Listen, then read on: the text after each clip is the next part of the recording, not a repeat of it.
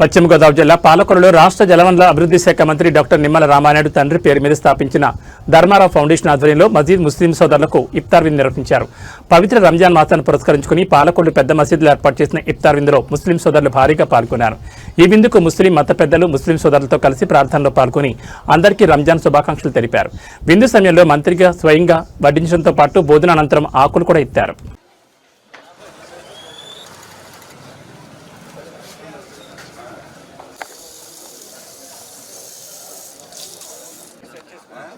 CMRF లో మీరు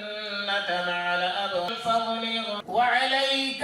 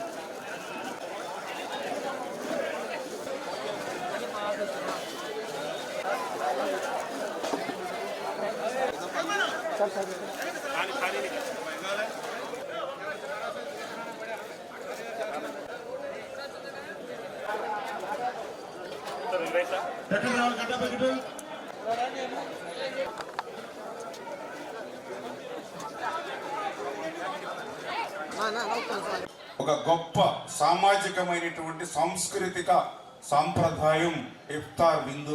ఏదైతే ఇక రంజాన్ మాసం సందర్భంగా మరి ముఖ్యంగా మనలో ఉన్నటువంటి అసూయ, ద్వేషం, ప్రతీకారం ఇటువంటి వాటినన్నింటినీ కూడా విడనాడి ఒక శాంతియుతమైనటువంటి సమాజం కావాలని కోరుకునేటువంటి విధంగా ఈ రంజాన్ మాసంలో ఈ యొక్క ఉపవాస దీక్షలు కానీ వీటన్నిటికీ మించి ఈ రంజాన్ మాసంలో మనకి ఒక చైతన్యాన్ని కల్పించి రేపు భవిష్యత్తులో ముందుకెళ్ళేటువంటి ధైర్యం కూడా ఈ రంజాన్ మాసం ఈ సమాజానికి అందిస్తుంది. ఈ రకంగా ఉన్నటువంటి యొక్క రంజాన్ మనందరికీ కూడా స్ఫూర్తిదాయకం. అటువంటి అత్యంత పవిత్రమైనటువంటి రంజాన్ మాసం సందర్భంగా ప్రతి సంవత్సరం కూడా ధర్మారావు ఫౌండేషన్ ద్వారా ఈ యొక్క ఇఫ్తార్ విందును ఈ యొక్క పెద్ద మసీదు మన పాలకొల్లు సెంటర్లో మరి ఏర్పాటు చేసుకునేటువంటి అవకాశం ప్రతి సంవత్సరం కూడా నాకు కల్పిస్తున్నందుకు ముస్లిం పెద్దలకు కూడా ఈ సందర్భంగా ధన్యవాదాలు కూడా ఈ సందర్భంగా తెలియజేసుకుంటూ అటువంటి ఒక పుణ్య కార్యక్రమంలో మాకు కూడా అవకాశం కల్పించినందుకు వారికి ప్రత్యేకమైన ధన్యవాదాలు ఈ సందర్భంగా తెలియజేసుకుంటూ ఈ సమాజంలో అత్యంత పేద వర్గాలు, వెనుకబడినటువంటి వర్గాలు, అట్టడుగునటువంటి వర్గాల్లో మొదటగా చూస్తే ముస్లిం వర్గాలే ఈరోజు సమాజంలో మనకు కనపడుతున్నటువంటి పరిస్థితి.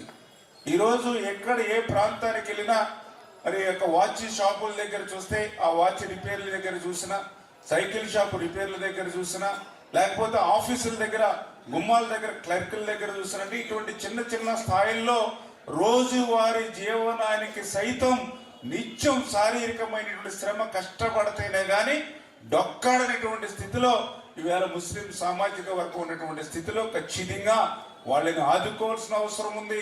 వాళ్ళకి అవకాశాలు ఇవ్వాల్సిన అవసరం ఉంది.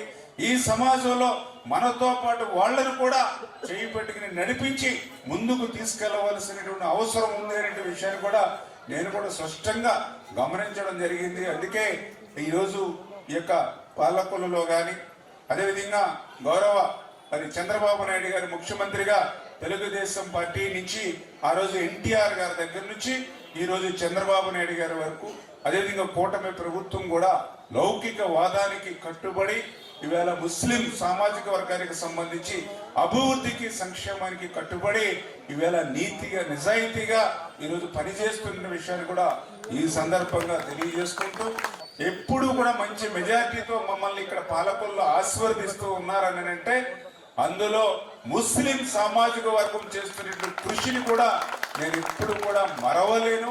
అందుకే నేను ఎప్పుడు కూడా ఆ ముస్లింలకి రుణపడి పని చేస్తానని చెప్పి సభా వేదిక ద్వారా తెలియజేసుకుంటూ అందులో భాగంగానే షాదీఖానా ఆ రోజు 14లో నేను ఎమ్మెల్యే అయినప్పుడు చూస్తే ఆ షాదీఖానా నిరుపయోగంగా ఉన్నటువంటి స్థితిలో కనీసం ఒక చిన్న ఫంక్షన్ కూడా ఏర్పాటు చేసుకోలేనటువంటి దశలో ఉంటే దానికి ఆ రోజు మైనార్టీ కార్పొరేషన్ నుంచి 1,20,00,000 రూపాయల నిధులు మంజూరు చేసి అందులో మనం ఒక 70 లక్షల రూపాయల వరకు ఖర్చు పెట్టుకుని పనులు పూర్తి చేసినటువంటి దశలో దురదృష్టవశాత్తు ప్రభుత్వం మారింది. మళ్ళీ 19, 24, 5 సంవత్సరాలు కొత్తగా నిధులు రావడం మాట నుంచి మనం తెచ్చినటువంటి మిగిలినటువంటి నిధులను కూడా ఖర్చు పెట్టకుండా ఆ రోజు కాల రాచినటువంటి పరిస్థితి. కానీ మళ్ళీ కాలం అల్లా దయతో మళ్ళీ మొన్న 24లో మీ అందరి ఆశీర్వాదంతో కూటమి ప్రభుత్వం అధికారంలోకి వచ్చింది. అధికారంలోకి వచ్చినటువంటి మరునాటి నుంచే అరే ఆ రోజు 14, 19లో మేము సంకల్పించినటువంటి షాదీఖానా 19 తర్వాత నిలిచిపోయింది అని 24లో అధికారంలోకి వచ్చినటువంటి మరుచటి రోజు నుంచే మైనార్టీ కార్పొరేషన్ కానీ ఇతర కార్పొరేషన్లు కానీ ఆర్థికంగా ఇబ్బందులు కానీ ఈ రాష్ట్రానికి ఉన్నటువంటి స్థితిలో పాలకులలో ముస్లింలకి వాళ్ళ రుణం తీర్చుకోవాలనేటువంటి సంకల్ప బలంతో ఆ షాదీఖానాకు 2 కోట్ల రూపాయల నిధులు మంజూరు చేశామని అంటే మీ రుణం తీర్చుకునేటువంటి ప్రక్రియలో ఒక భాగం. తొందరలోనే ఒక 15-20 రోజుల్లోనే ఆ యొక్క షాదీఖానాకు సంబంధించి ఆ 2 కోట్ల రూపాయల పనులు అవన్నీ కూడా టెండర్స్ కూడా పూర్తయ్యాయి. మన మైనార్టీ శాఖ మంత్రి ఫరూక్ గారు కూడా ఆయన కూడా పాలకుల్లో వస్తారని చెప్పడం జరిగింది. ఈ యొక్క రంజాన్ అనంతరం ఈ యొక్క ఫరూక్ గారు కూడా రావడం జరుగుతుంది. ఆ ఫరూక్ గారి చేతుల మీదుగా మన పెద్దలు షరీఫ్ గారి చేతుల మీదుగా ఆ 2 కోట్ల రూపాయలకు సంబంధించినటువంటి పనుల్ని శంకుస్థాపన చేస్తామని చెప్పి మీలో అందరికి కూడా తెలియజేసుకుంటూ తప్పనిసరిగా భవిష్యత్తులో కూడా మీకు అండగా ఉంటామని ధర్మారావు ఫౌండేషన్ ద్వారా మేము ఇచ్చేటువంటి ఈ ఇఫ్తార్ విందును మీరందరూ కూడా స్వీకరించి వెళ్ళాలని చెప్పి మరొక్కసారి మీ అందరినీ కూడా కోరుకుంటూ సెలవు తీసుకుంటాం. Thank you.